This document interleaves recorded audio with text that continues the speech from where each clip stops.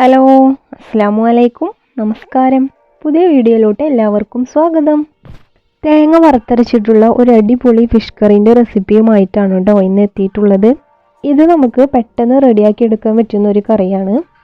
തേങ്ങ വറുക്കേണ്ട സമയം മാത്രം മതി കേട്ടോ, അതിനാണ് കൂടുതൽ സമയം വേണ്ടത്. ബാക്കിയുള്ളതൊക്കെ നമുക്ക് പെട്ടെന്ന് ചെയ്തെടുക്കാൻ കഴിയും. ഇനി നമുക്ക് വേഗം റെസിപ്പിയിലോട്ട് കിടക്കാം.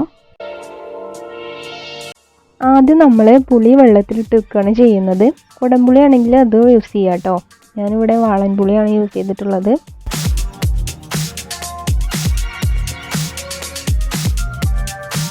ഇനി നമ്മൾ തേങ്ങ വറുത്തെടുക്കാൻ വേണ്ടിയിട്ട് ഒരു പാന് വെച്ച് കൊടുത്തിട്ടുണ്ട്. അടി കട്ടിയുള്ള പാനിന് എടുക്കാൻ നോക്കുക കേട്ടോ. അതിലോട്ട് 1/2 ടീസ്പൂണ് വെളിച്ചെണ്ണ ചേർത്ത് കൊടുത്തിട്ടുണ്ട്. ഓയിൽ ചൂടായി വന്നതിന് ശേഷം അതിലോട്ട് കുറച്ച് ഉലുവ ചേർത്ത് കൊടുക്കണം. എന്നിട്ട് ഇതിലോട്ട് 2 പിടി തേങ്ങ ചേർത്ത് കൊടുക്കണം. തേങ്ങ കൂടുതൽ ചേർത്ത് കൊടുക്കണ്ട കേട്ടോ, ഇത്രയും മതിയാകും. ഇതിൻ്റെ കൂടെ തന്നെ 5-6 ചെറിയ ഉള്ളിയും ഒരു തണ്ട് കറിവേപ്പിലയും കുറച്ച് വലിയ ജീരകവും ചേർക്കുന്നുണ്ട്. എന്നിട്ട് നമ്മൾ ഒട്ടും കരിഞ്ഞു പോവാത്ത രീതിയിൽ നന്നായിട്ട് വറുത്തെടുക്കണം. ഒരു മീഡിയം ഫ്ലെയിമിൽ വെച്ചിട്ട് വേണം കേട്ടോ അതുപോലെ വറുത്തെടുക്കാൻ. ഇതേ രീതിയിൽ നമ്മൾ മീൻകറി ഉണ്ടാക്കുമ്പോഴേ തേങ്ങ വറക്കാനാണ് കേട്ടോ കൂടുതൽ സമയം വേണ്ടത്. ബാക്കിയുള്ളതൊക്കെ നമുക്ക് ടപ്പേന്ന് ചെയ്ത് തീർക്കാം. തേങ്ങ വറുത്തെടുക്കുന്നതിലാണ് നമ്മുടെ മീൻകറിൻ്റെ രുചി കേട്ടോ. ഇത് നമ്മൾ തേങ്ങ വറക്കുന്നത് ശരിയായിട്ടില്ലെങ്കിൽ മീൻകറിയും ടേസ്റ്റ് ഉണ്ടാവില്ല. അപ്പോൾ നല്ലപോലെ ശ്രദ്ധിച്ചിട്ട് വേണം ചെയ്യാൻ. കരിഞ്ഞ് പോവാതെ നല്ല ബ്രൗൺ കളറാകുന്നത് വരെ നമുക്ക് വറുത്തെടുക്കണം. ചോറിൻ്റെ കൂടെയും ചപ്പാത്തിൻ്റെ കൂടെയും കപ്പൻ്റെ കൂടെയും ഒക്കെ അടിപൊളി കോമ്പിനേഷനാണ് കേട്ടോ ഇത്. ഒരു തവണയെങ്കിലും ഇതുപോലെ തയ്യാറാക്കി നോക്കണം. ഏത് മീനാണെങ്കിലും കുഴപ്പമില്ല കേട്ടോ. ഞാനിവിടെ ചെറിയ മത്തിയാണ് എടുത്തിട്ടുള്ളത്. അതിൻ്റെ കൂടെ അയലയുടെ തലയും കൂടി ചേർക്കുന്നുണ്ട്.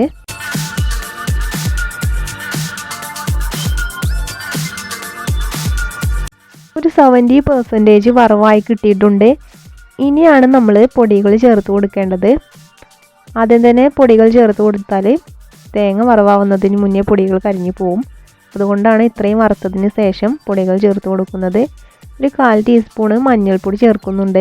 എന്നിട്ട് നമ്മൾ നന്നായിട്ട് വറുത്തെടുക്കണം. അതിൻ്റെ റോസ് സ്മെല്ല് മാറുന്നത് വരെ വറുത്തെടുക്കണം.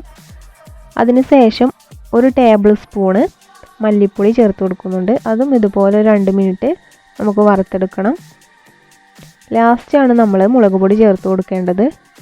ഫസ്റ്റ് തന്നെ മുളക് പൊടി ചേർത്ത് കൊടുത്താലും മുളക് പൊടി പെട്ടെന്ന് കരിഞ്ഞു പോകും. അതുകൊണ്ടാണ് ലാസ്റ്റ് ചേർത്ത് കൊടുക്കുന്നത്.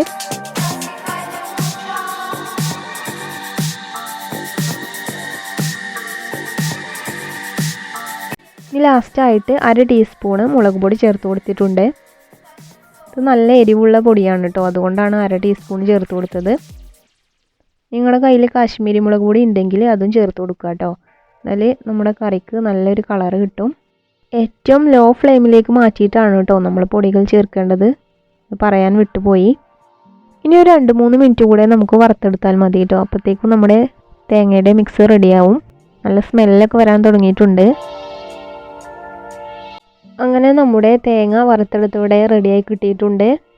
ഇത് നമുക്ക് പാനിൽ നിന്നും ഒരു പാത്രത്തിലേക്ക് മാറ്റി കൊടുക്കണം, അല്ലെങ്കിൽ അടി കരിഞ്ഞു പോകും.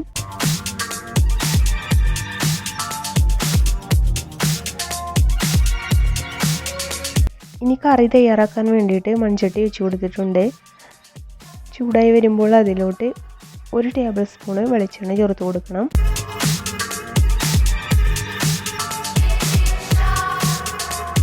എണ്ണ നല്ലപോലെ ചൂടായി വന്നിട്ടുണ്ട്. ഇതിലോട്ട് 1/2 ടീസ്പൂണ് കടുക് ചേർത്ത് പൊട്ടിച്ചെടുക്കണം. ഇതിൻ്റെ കൂടെ കുറച്ച് കറിവേപ്പിലയും കൂടി ചേർത്ത് കൊടുക്കുന്നുണ്ട്. ഇനി ഇതിലോട്ട് ഇഞ്ചിയും വെളുത്തുള്ളിയും ചെറിയ ഉള്ളിയും ചതച്ചെടുത്തതാണ്, അതാണ് ചേർക്കുന്നത്. ഇതിൻ്റെ റോസ് സ്മെല്ല് മാറുന്നത് വരെ ഒന്ന് വഴറ്റിയെടുക്കണം. ഇനി ഇതിലോട്ട് നമ്മൾ തേങ്ങയുടെ മിക്സാണ് ചേർക്കുന്നത്. ഇത് നന്നായിട്ട് നമ്മൾ പേസ്റ്റ് പോലെ അരച്ചെടുക്കണം. എന്നിട്ടാണ് നമ്മൾ ചേർക്കേണ്ടത്.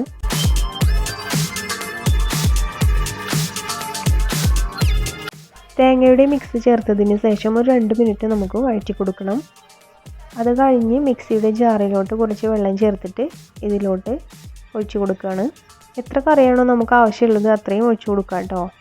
അതിൻ്റെ കൂടെ തന്നെ നമ്മൾ നേരത്തെ പുളി വെള്ളത്തിലിട്ട് വെച്ചത് പിഴിഞ്ഞിട്ട് ചേർത്ത് കൊടുക്കുന്നുണ്ട്. എന്നിട്ട് ഇത് നല്ലപോലെ ഒന്ന് മിക്സ് ചെയ്തെടുത്തതിന് ശേഷം നമ്മൾ ഇത്രയും നേരമായിട്ട് ഉപ്പ് ചേർത്തിട്ടില്ല കേട്ടോ. ഇതിലേക്ക് ആവശ്യമായ ഉപ്പും ചേർത്ത് കൊടുക്കണം. അതിൻ്റെ കൂടെ തന്നെ ഒരു തക്കാളിയുടെ പകുതിയും 2 പച്ചമുളകും ചേർത്ത് കൊടുക്കുന്നുണ്ട്. തക്കാളി ചേർക്കണമെന്ന് നിർബന്ധമില്ല കേട്ടോ, വേണമെങ്കിൽ ചേർത്ത് കൊടുത്താൽ മതിയാകും. എന്നിട്ട് നല്ലപോലെ ഒന്നുകൂടെ മിക്സ് ചെയ്തെടുക്കണം. അതിനുശേഷം മൂടി വെച്ചിട്ട് തിളപ്പിച്ചെടുക്കണം. കറി നല്ലപോലെ തിളച്ച് വന്നതിന് ശേഷമാണ് നമ്മൾ മീൻ ചേർത്ത് കൊടുക്കേണ്ടത്.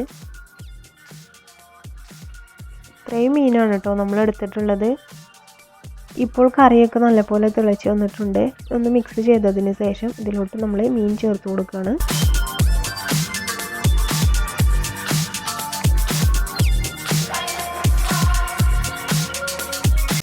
മീൻ ചേർത്ത് കൊടുത്തതിന് ശേഷം ജസ്റ്റ് ഒന്ന് ഇളക്കി കൊടുക്കുക കേട്ടോ. നന്നായിട്ട് ഇളക്കി കൊടുത്താലേ മീൻ ഉടഞ്ഞു പോകും. അതുകൊണ്ടാണ്. ഇനി മൂടി വെച്ചിട്ട് നമ്മൾ വേവിച്ചെടുക്കുകയാണ് ചെയ്യുന്നത്. ഒരു 15 മിനിറ്റ് കുറഞ്ഞ തീയിൽ നമ്മൾ വേവിച്ചെടുക്കണം. ഇതിനിടയ്ക്ക് ജസ്റ്റ് ഒന്ന് തുറന്ന് നോക്കിയിട്ടൊന്ന് ഇളക്കി കൊടുക്കുന്നുണ്ട്.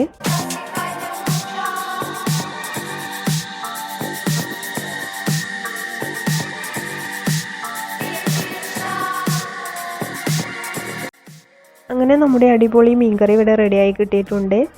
എണ്ണയൊക്കെ തെളിഞ്ഞ് വന്ന് നല്ല പെർഫെക്റ്റ് ആയിട്ട് കിട്ടിയിട്ടുണ്ട് കേട്ടോ. ഇനി നമുക്ക് അടുപ്പിൽ നിന്നും മാറ്റി വെക്കണം. വാങ്ങി വെച്ചതിന് ശേഷം ഇതിലോട്ട് കുറച്ച് കറിവേപ്പിലയും 1 ടേബിൾ സ്പൂണോളം വെളിച്ചെണ്ണയും ചേർത്ത് കൊടുക്കണം. അത് കഴിഞ്ഞ് ഒരു 15 മിനിറ്റ് നമ്മൾ മൂടി വെച്ച് കൊടുക്കണം.